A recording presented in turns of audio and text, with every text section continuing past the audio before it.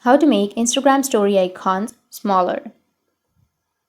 So if you want to make your Instagram story icons smaller, then what you need to do is first make sure that you have an internet connection. And if you want the smaller icons, then you have the smaller icons on old versions of Instagram.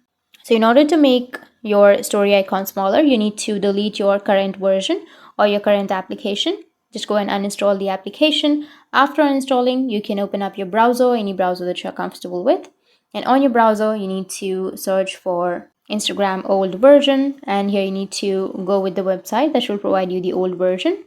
Now scroll down, select the oldest version, go with see more, and go with the more old version.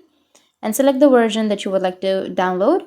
And after downloading the old version, you will have the APK file, right? You can just simply download the APK file.